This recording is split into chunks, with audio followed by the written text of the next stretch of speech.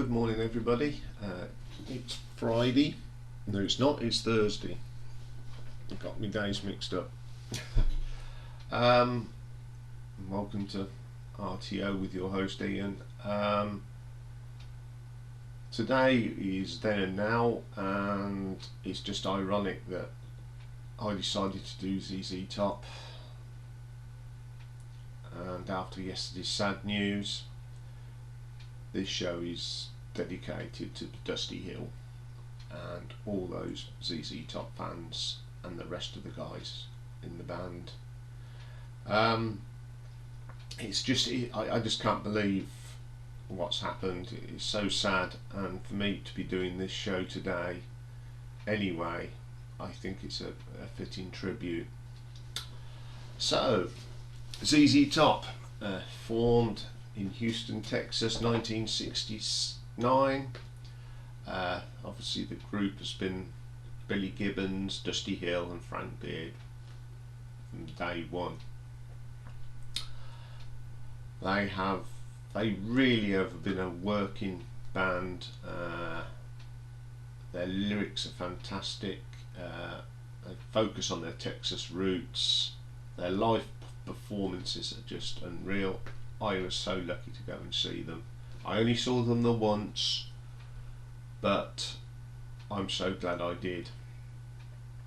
Okay, so today we're gonna look at their first album and their current album, and like we did last week with Judas Priest. We'll just go through their career, see them highlights of their career that really changed them. So let's start at the very beginning. The first album released on January the 16th, 1971, and it's basically called ZZ Top's first album. It incorporated that hard rock boogie, the southern rock influences. They said they seeked inspiration from Fleetwood Mac, which is pretty cool. And the album was produced by their manager Bill Ham. First track on the album, Someone Else Been Shaking Your Tree. This is a classic song. I love it. It's got a little bit of country feel to it, with some of the guitar, with that steel guitar sound. Terrific album song to start your career. Brilliant song. Then we get Brown Sugar, another great blues track, and Dusty's bass on this is terrific. He just knew how to work that bass on these tracks. He was such a good bass player. Brown Sugar is a terrific track. Then we get Squank. Dusty sings lead vocal on this. Terrific song. And how good is this? You know, this is track 3 of your first album. Then we get Going Down to Mexico. Oh, this is a great bluesy riff.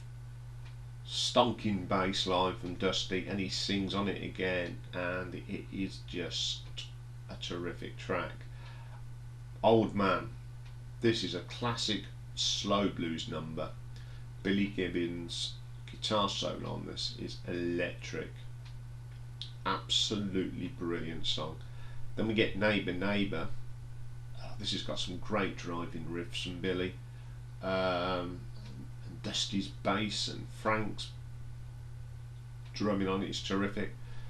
The engine room of this band obviously was Frank and Dusty, and they were so tight. Unbelievable combination, really were good. Certified Blues, this is just terrific blues at its best. Billy Gibbons again, out the top drawer with his guitar solo. Then we get Bedroom Thang. Oh, this is my favourite track on the album. Dusty's classic blues bass, superb. Then we get Just Got Back from Babies, another terrific bluesy slow song. I just love it. Backdoor Love Affair, the last track on the album, great solo in this and a bass line. It's fantastic.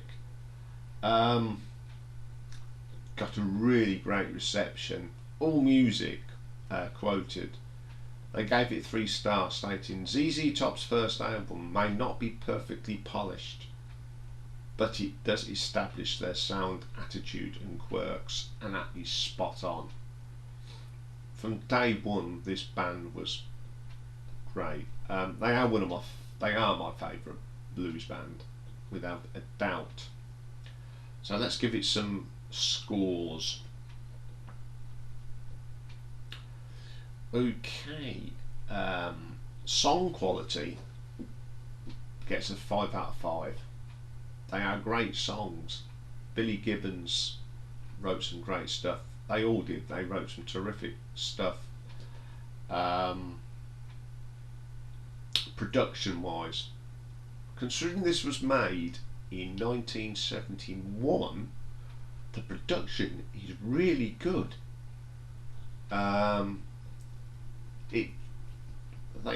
Because of the time, they didn't have the technology they have now, but it still gets a 4 out of 5 from me, from RTO. Great sounding album, still to this day. I actually have had a listen to it before I did this.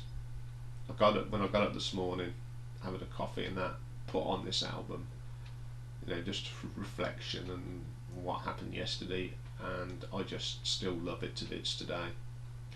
And the reception from the fans and music press was terrific, so he gets a 4 out of 10. So that gives ZZ Top's first album a 14 out of 15. Terrific album, and it doesn't date. That's the thing about it. It sounds as fresh as it did in 1971. Okay then, let's move on. 41 years to 2012. Their 15th album, Futura. It was their first release for 9 years. Really did well, and it was produced by the magnificent Rick Rubin. Really, really good album. This is, as far as I'm concerned, this is the best album that ZZ Top did since Eliminator. It didn't mean I don't like the ones in between, but this really goes back to the roots, and it's now so poignant that this was the last album that Dusty recorded, and it's back to the roots. Okay, first track on the album, I Gotsta Get Paid, which is a cover of 25 Lighters by DJ DMD. What a track. This is better than the DJ DMD's, actually. Some great riffs. Billy's voice is still as strong, bit more gruffly, but terrific. Great song. Then we have Chartreuse. This just hankers back to them glory days. It's just proper Texas boogie blues. Dusty Hill's bass on this is incredible. Frank's drumming is as strong as ever. Then we get Consumption. Oh, this is classic ZZ Top, straight out that top drawer. Great singing from Billy, the classic licks of blues, terrific. Then we get Over You. This is a lovely song, slow blues track, got some nice little strings running through it, and Billy's vocal is top notch, and an amazing guitar solo from Billy. Then we get Heartache in Blue. Great track, great riff, and a nice bit of harmonica. Fantastic.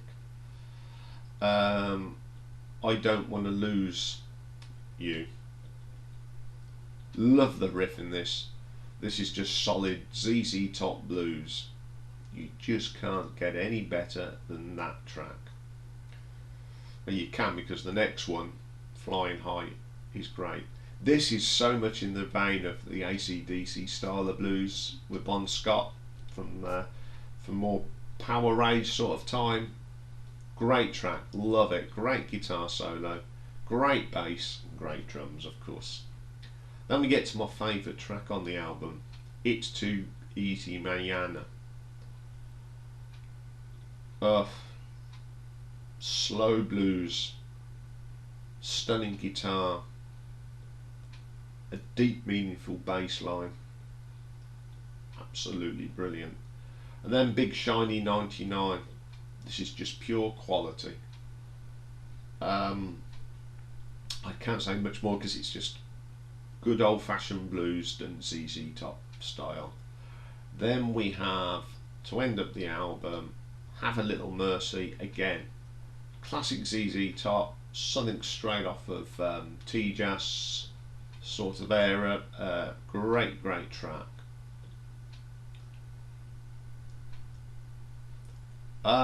Reception from the press. William Clark of Guitar International wrote, La Futura is an impressive return to form for this infamous southern rock trio. It includes some of the best ZZ Top music ever pushed out. All Music said it was like me, it's the best album since ZZ Top. They said they're embracing the sleazy boogie, the dirty jokes, the locomotive riffs. Absolutely brilliant. So let's have a closer look at it. Song quality on this album, again, is out the top drawer. 5 out of 5. Production on it, Rick Rubin is a terrific producer, and he got them back to the basics, and it sounded fantastic. So again, it gets a 5 out of 5 RTO ranking for production. Reception, the fans loved it, the press loved it, so it gets a 5 out of 5. So the Futura gets an RTO ranking of 15 out of 15. There is not much difference between their first and current album at all. Obviously the Futura is a little bit better produced, but the quality's still there. It's just an amazing album. After the first album, obviously we got Rio Grande Mud, came out in 1972. Another solid album, got some really good tracks on. Then we have Tres Ombre. Now this was a groundbreaker, I think. This is probably the best album. Here we go. That is the best album they ever put out, without a doubt. It's got some of them classics on there. It's got Waiting for a Bus. Goes straight into Jesus Just Left Chicago. Then the classic Beer Drinkers and Hellraisers. Master of Sparks, a terrific track. Hot Blue and Righteous, one of Billy's finest pieces of work. Move Me Down the Line, great little boogie. Precious and Grace, another great track. Then we get the legendary Lagrange, Ow How How How, terrific track. Okay, it's the most popular, one of the most popular tracks, but it's a track that you just don't get bored of listening to. Then we get Chic, terrific album that is. Sorry, I'm all confused today. Chic is a great track, and then the brilliant Have You Heard. After that they had Fandango from 1975, where you get the part studio stuff, which has got Tush on it, and then you get live stuff, which is more a lot of covers on it, but still great. Then we get T-Jazz from '76. It's got one of my favourite tracks on that album, LWO. Really Texas blues that was. Then we get Delago from 1979. This is the album that when they first come over to the UK and appeared on Old Grey Whistle Test. I've got that's on YouTube. If I can find it again, I'll put it in the playlist for you guys because it was a terrific thing. It's got Cheap Sunglasses on it, Full for Your Stockings. Then in '81 we had El Loco, Tube Snake Boogies on that. That's a great track. And then in 1983, of course, the breakthrough album in Europe, Eliminator. And this is the first time I really got into ZZ Top. Obviously I saw the video to Give Me All Your Lovin'. I thought, God, this is good stuff. So got the album and then just gradually worked back. And I found the further I went back, the more I loved it. And now I'm just hooked. So I've not been a fan from day one. You know, I was, what, 16, 17 when I first heard ZZ Top.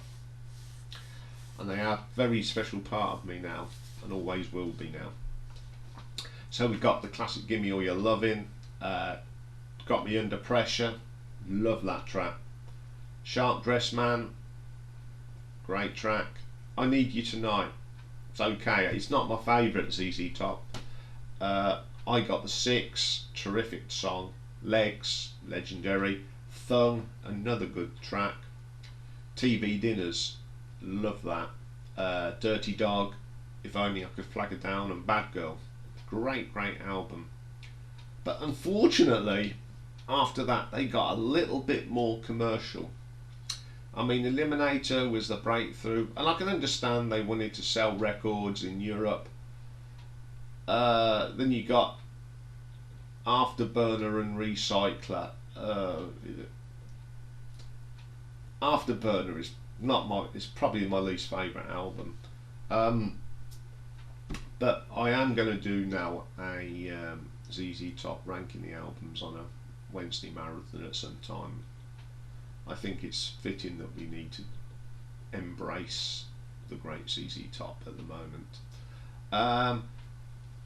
So Afterburner was '85, Recycler was 1990. I do like the track that was on the Back to the Future Double Back. I do like that, and I like their little cameo appearance in Back to the Future 3. And also, I mean, I don't know, many of you know that Billy Gibbons actually had a part in Bones. He played the father of Angela, who worked with Bones. It's the Asian girl, Angela. And when he kept making appearances in it, and he was basically playing himself, but he never mentioned his name, so that's pretty cool. And then in 1994 they released a tenor. Now this actually started going back to the roots. They'd dumped all that synthy drum sound, and then they went back to basics. I mean, it's got the great Pincushion. Breakaway is another great track. Whirl of Swirl, great track that is. Fuzzbox Voodoo, another great track. Girl in a T-Shirt, classic blues and ZZ Top. A Tenor Head. It's the first time they've actually used their album name in a song, apparently. That's a good track. PCH, another good track. I love Cherry Red.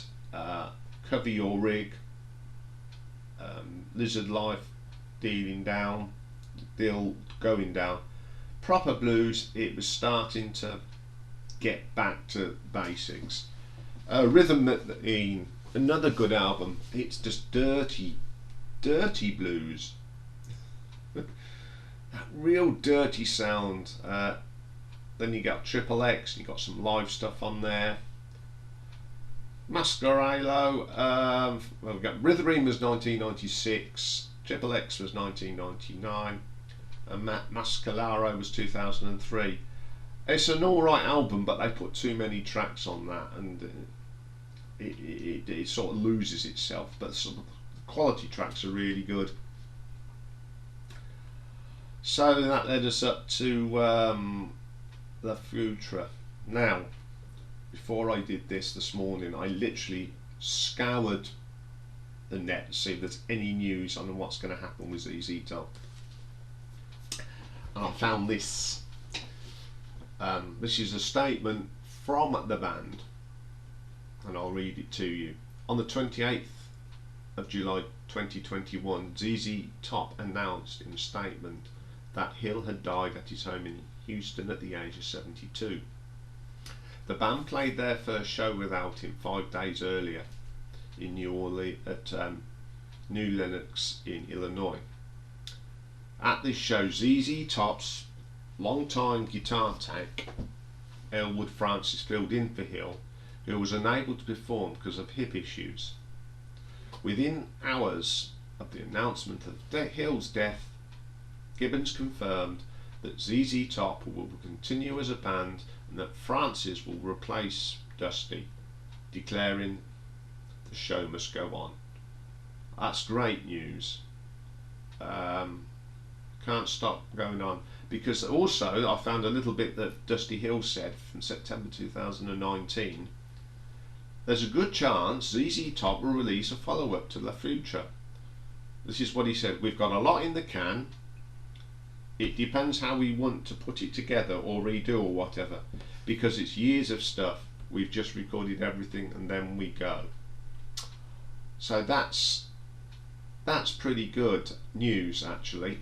So we should get a new album soon, I hope. I'm sure we will. This is just such a fitting way for Dusty Hill. As I said, the show is dedicated to Dusty Hill, and I will do a marathon ranking probably in about 2 or 3 weeks time, because we've got next week's is sorted, and then we've got the poll for the week after. So in 3 weeks time we will do ZZ Top marathon ranking. Okay, that's all for this show. It's been an emotional one. You know, if I don't sound my upbeat self, I do apologise, but it's quite sad when I'd already planned this, and sad news yesterday. But we've got another show to do today. We've got 2 actually. We've got Roger Dean's album work for Asia. And then tonight at 7 PM, live stream number 3. We're going to talk about our music memories, and I'm sure that ZZ Top will be mentioned tonight. So if you're going to watch it tonight, if you've got any memories of ZZ Top, please let me know, and in the comments box, like, comment and subscribe. I'll see you all later. Take care for now.